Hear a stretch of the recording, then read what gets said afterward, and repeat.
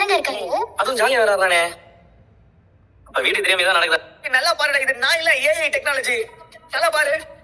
ஆமாடா, இது டூப் தான்டா. ஏய் என்னடா சொல்ற? இது ஒரிஜினல் இல்லம்மா.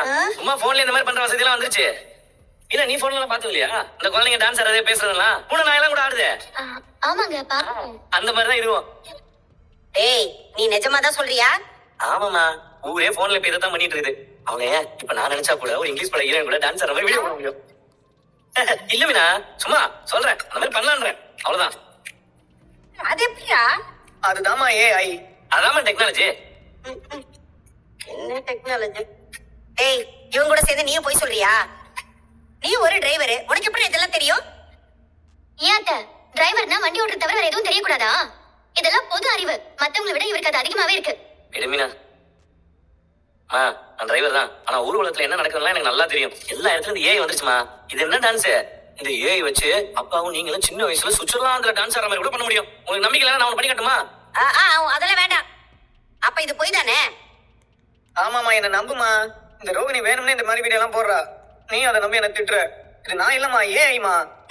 என்ன ஏயோ என்ன எழவப்போ. ஆனா நீ அவ கூட சேர்ந்து இந்த மாதிரிலாம் ஆடுன, உன்னை தொலைச்சிருவேன். பார்த்து இருந்துக்கோ.